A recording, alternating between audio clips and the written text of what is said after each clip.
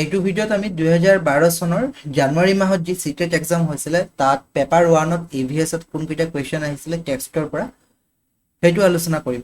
আপোনালোকে নিশ্চয় আগৰ ভিডিঅ'টো চাইছে, যদি কোনোবাই আগৰ ভিডিঅ'টো চোৱা নাই সেই ভিডিঅ'টো চাই আহিব। আমি ক্ৰমান্বয়ে সিৰিজ কেইটাত 2011 চনৰ পৰা কুৱেশ্যন পেপাৰ কেইটা সলিউশন আগবঢ়াই আছো।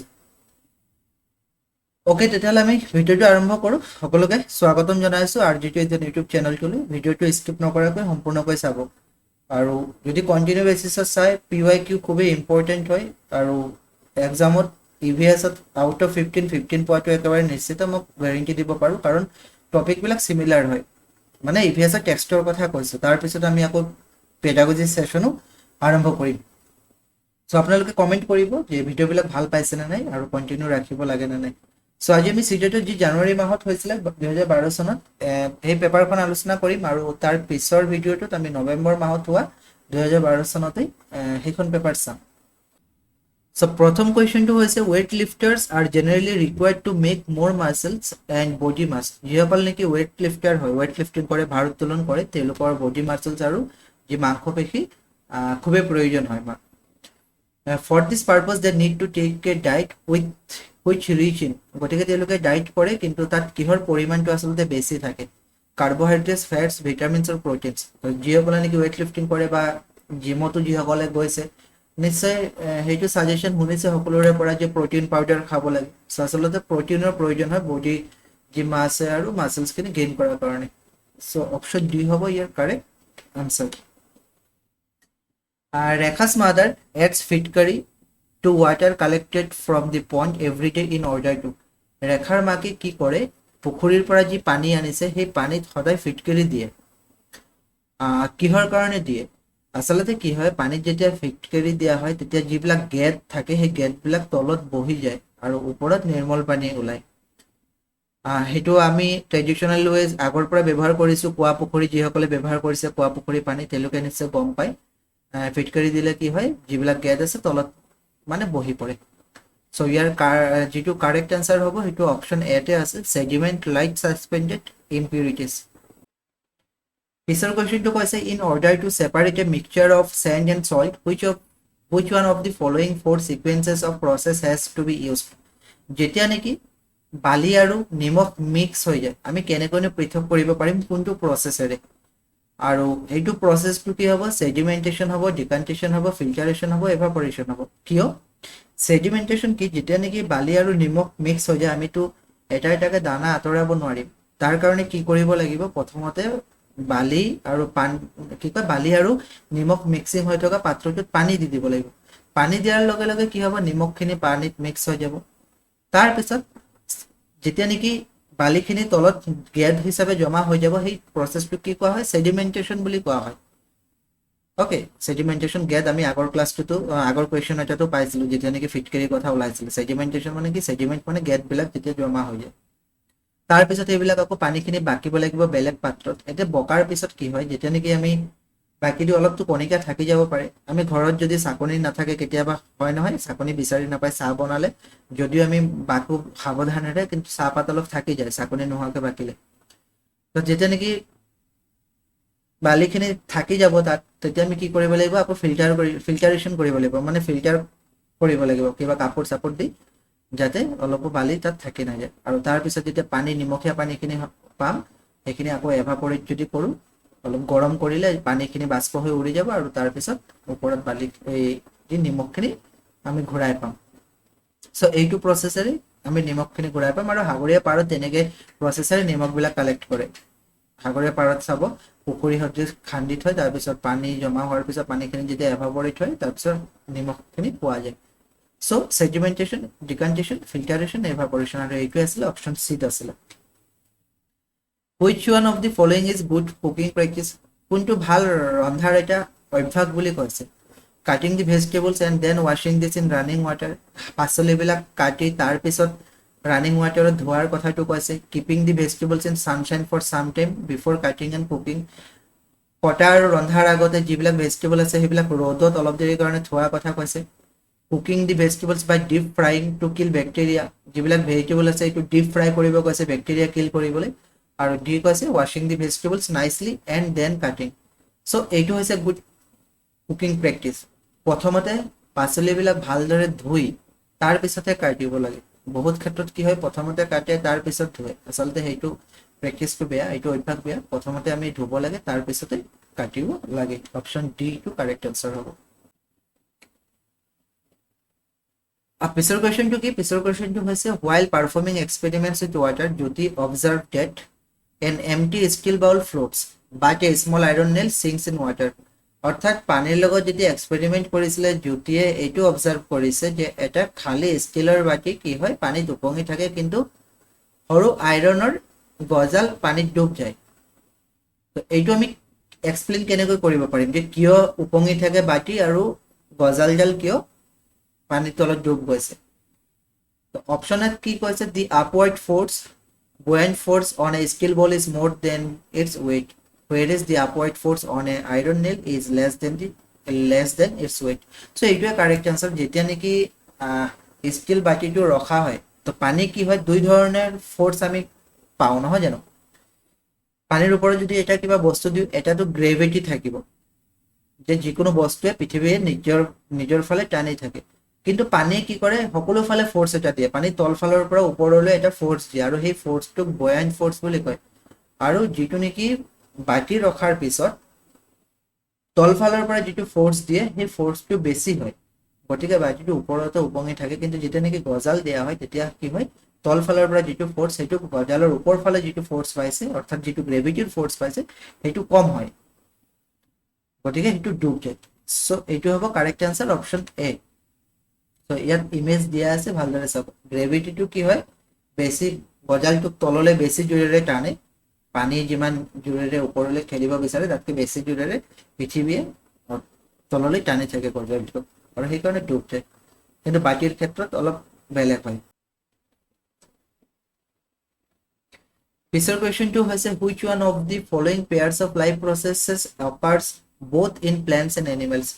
যে প্লেন্টছতো হয় আৰু এনিমেলছতো হয়, কোনটো পেয়াৰ অফ লাইফ প্ৰচেছৰ কথা কৈছে? Reproduction and food making. So' ৰিপ্ৰডাকশ্যনটো প্লেন্টছৰো হয় আৰু এনিমেলছৰো হয়, কিন্তু ফুড মেকিংটো সকলোৱে নোৱাৰে। আমি খাদ্য নিজে বনাব পাৰোঁ, নিজে মানে বনাব পাৰোঁ মানে আমিতো ৰান্ধিহে খাওঁ, বনাই কোনে, গছে দিয়ে, কিন্তু এনিমেলছো বনাব নোৱাৰে নিজৰ খাদ্য, গতিকে সেইটোতো পচিবল নহয় যে প্লেন্টছ আৰু এনিমেলছ দুইটাতে নহয়। ৰিপ্ৰডাকশ্যন এণ্ড জাৰ্মিনেশ্যন, সকলোৱেতো জাৰ্মিনেট কৰিব নোৱাৰে, সেইটো নহ'ব। গ্ৰ'থ এণ্ড ৰিপ্ৰডাকশ্যন, এইটো সকলোতে হয়, এনিমেলছ হওক প্লেন্টছ হওক, গ্ৰ'থ আৰু ৰিপ্ৰডাকশ্যন সকলোৰে হয়, গতিকে অপশ্যন চিটো হ'ব correct answer. Anjali's friend suggested the following 4 ways to avoid tooth decay.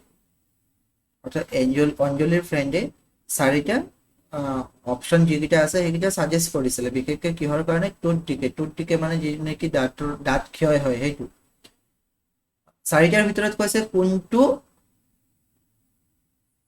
কোনটো অঞ্জলিয়ে ফলো কৰিব লাগে। which of the above should Anjali follow? which of the above ways should Anjali follow? কোনকেইটা ফলো কৰিব লাগে? প্ৰথম কৈছে brush your teeth twice a day, দুবাৰ brush কৰিবলৈ, এইটোতো ভাল, ফলো কৰিব লাগে। Wear braces to avoid enamel decay, braces মানে যে দাঁতত যে লগাই যে চিলাই জাতীয় বস্তু এটা, যে ব্ৰেচেছ, নিশ্চয় আপোনালোকে গম পাইছে, যে দাঁতবিলাক যাতে ক্ষয় নহয়, বা ওখ হ'লেও কেতিয়াবা দাঁতবিলাক যে একেবাৰে একে লেভেলৰ কৰে, ব্ৰেচেছবিলাক লগাই থয়, চ' সেইটোতো ছাজেশ্যন নহয়। 3 নম্বৰ কি কৈছে, avoid sweets, chocolates and carbonated drinks, এইবিলাক এভইড কৰিব কৈছে, এইটো ভাল কথা। আৰু ৰিন্স মাউথ আফটাৰ এভৰি মিল, প্ৰত্যেক খোৱাৰ পিছত যিটো নেকি কুলি কৰিব কৈছে, চ' সেইটো ছাজেশ্যনটো ভাল। চ' এ, চি আৰু ডিটো ভাল। এ চি ডি যদি আমি অপশ্যন চাওঁ, কোনটোত আছে, চি ডি এ, অপশ্যন এত আছে, আৰু অপশ্যন এ হ'ব ইয়াৰ correct answer. Study the Venn diagram. X represents animals that live on land, live in water and lay eggs. Which animal can place at X? অর্থাৎ Venn diagram দিছে, এক প্ৰকাৰ এনিমেলছৰ কথা কৈছে, যি নেকি মাটিতো থাকিব পাৰে, পানীতো থাকিব পাৰে, আৰু লগতে কণী পাৰে। চ' সেই এনিমেল কোনটো এনিমেল, ইল হয়, শাৰ্ক হয়, ফিছ হয়, নে ক্ৰক'ডাইল হয়?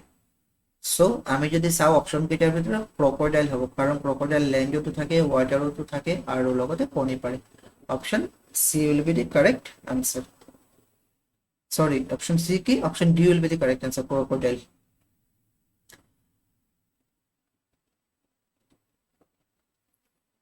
An air pump is kept in an aquarium in order to.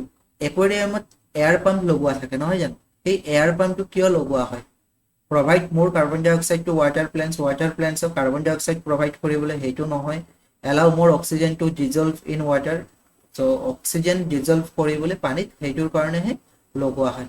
So option কোনটো হ'ব? Option হ'ব B. Allow more oxygen to dissolve in water. Next question to, a fish dies when it is put in an aquarium filled with previously boiled water but cooled in room temperature. অর্থাৎ এটা মাছ ৰখা হৈছে, ক'ত ৰখা হৈছে? একুয়াৰিয়ামত ৰখা হৈছে, কিন্তু সেই পানীখিনি প্ৰিভিয়াছলি বইল কৰা হৈছে, আগতে উতলাই পিছত ৰুম টেম্পাৰেচাৰত ঠাণ্ডা কৰা হৈছিলে। কিন্তু পানীখিনি উতলাইছিলে আগতে, গৰম কৰি পিছত আকৌ ৰুম টেম্পাৰেচাৰত ঠাণ্ডা কৰা হৈছিলে, তাৰ পিছত মাছ দিয়া হৈছিলে, কিন্তু মাছটো মৰি থাকিলে। তো কিয় হৈছে? আচলতে ৰিজনটো সেইটো, যেতিয়া নেকি পানী গৰম কৰা হয় তেতিয়া যিটো অক্সিজেনৰ পৰিমাণ থাকে পানীত সেইটো নাইকিয়া হৈ যায়, আৰু অক্সিজেনৰ পৰিমাণ যেহেতু নাইকিয়া হৈ যায়, পিছত যদিও বা ঠাণ্ডা কৰা হয় অক্সিজেনৰ পৰিমাণ নোহোৱাৰ ফলত, অক্সিজেন তাত প্ৰেজেন্ট নথকাৰ ফলত মাছটো মৰি থাকে। সো অপশন কোনটো হ'ব? অপশন এ হ'ব, depleted in oxygen. Option A. Next কুৱেশ্যনটো হৈছে, which one of the following best describes the feature on the surface of the moon? অর্থাৎ চন্দ্ৰৰ উপৰিভাগৰ যি বৈশিষ্ট্য, সেই বৈশিষ্ট্য কোনকেইটা অপশনে ভাল ডেসক্ৰাইব কৰে? নো ৱাটাৰ, ইনাফ এয়াৰ, হাই মাউণ্টেন্স। ইনাফ এয়াৰটো নহয়, হাই মাউণ্টেন্স আছে, আৰু নো ৱাটাৰ সেইটো আমি জানো। নো ৱাটাৰ, ডিপ ক্ৰেটাৰ্ছ, হাই মাউণ্টেন্স, এইটো হ'ব কাৰেক্ট আনসাৰ। কাৰণ আমি জানো যে চন্দ্ৰত বহুত ডাঙৰ ডাঙৰ গাঁত আছে, ক্ৰেটাৰ্ছ মানে হৈছে গাঁত, বৃহৎ বৃহৎ গাঁত আছে, আৰু হাই মাউণ্টেন্সো আছে, লগতে পানী নাই। সো অপশন বি হ'ব ইয়াৰ correct answer. Next, Arti noticed the following precautions related to prevention of spread of a disease on poster. অর্থাৎ আৰতিয়ে পোষ্টাৰত নোটিস কৰিলে এক প্ৰকাৰ বেমাৰৰ কাৰণে কি কি আমি সাৱধানতা আগতীয়াকৈ অৱলম্বন কৰিব পাৰো, ল'ব পাৰো প্ৰিভেনশ্যনৰ কাৰণে। আৰু পোষ্টাৰত কি আছে? Do not let water collect around you, আশে পাশে পানী জমা হ'ব দিব নালাগে। Keep water pots, coolers and tanks clean, যি পানীৰ পাত্ৰ আছে, কুলাৰ্ছ বা টেংকবিলাক কি কৰিব লাগে? পৰিষ্কাৰ বা চফা কৰি থ'ব লাগে। Spray oil if water has collected at sum place, যদি কোনো ঠাইত পানী জমা হৈ আছে আৰু জমা হৈ থাকিব লাগে, মানে ধৰক এৰি দিব নোৱাৰি, তেতিয়াহ'লে তাৰ ওপৰত অইল স্প্ৰে কৰিব লাগে বুলি কৈছে। আৰু use nets to protect yourself, আৰু নিজকে বচাই ৰাখিবলৈ নেট অৰ্থাৎ আঁঠুৱা জাতীয় ব্যৱহাৰ কৰিব লাগে। চ' সেই পোষ্টাৰে কোন বেমাৰৰ এৱাৰনেছৰ বিষয়ে কৈছে? চ' আমি যদি চাওঁ তেতিয়াহ'লে পানী জমা হৈ থাকিব নালাগে, যিবিলাক পটছ আছে সেইবিলাক চাফা কৰি ৰাখিব লাগে, অইল স্প্ৰে কৰাৰ কথা কৈছে। আচলতে অইল স্প্ৰে কিয় কৰা হয়? যেতিয়া অইল স্প্ৰে কৰা হয় তেতিয়া যদি কণী পাৰে মহে, তেতিয়াহ'লে কণীবিলাক নষ্ট হয়। লগতে নেটৰ কথা কৈছে, আচলতে মহৰ পৰা বাচি থাকিবলৈ কৈছে, আৰু মহ ৰিলেটেড বেমাৰ হ'ব। আৰু যদি আমি অপশ্যন কেইটা চাওঁ তেতিয়াহ'লে কোনটো হ'ব? অপশ্যন ডেংগু আৰু জাপানিজ এনকেফেলাইটিছৰ কথা কৈছে। অপশ্যন ডি, যিটো নেকি মহৰ পৰা বিয়পে। পিছৰ কুৱেশ্যনটো হৈছে, in which one of the following groups are the words intimately related? কোনটো ইণ্টিমেটলি ৰিলেটেড হয়? অপশ্যন এ কৈছে iron, malaria, anaemia, blood. Option B কৈছে iron, haemoglobin, anaemia, amla. Option C mosquito, dengue, iron, jaggery, or mosquito, malaria, anaemia, iron. আমি যদি চাওঁ related হ'ব option B, কাৰণ শৰীৰত যেতিয়া আইৰণৰ অভাৱ হয় তেতিয়া এনিমিয়া হয়, আৰু আমি ছাজেষ্ট কি কৰোঁ? ভিটামিন চি ল'বলৈ, যিটো নেকি আমলাৰ পৰা পোৱা যায়।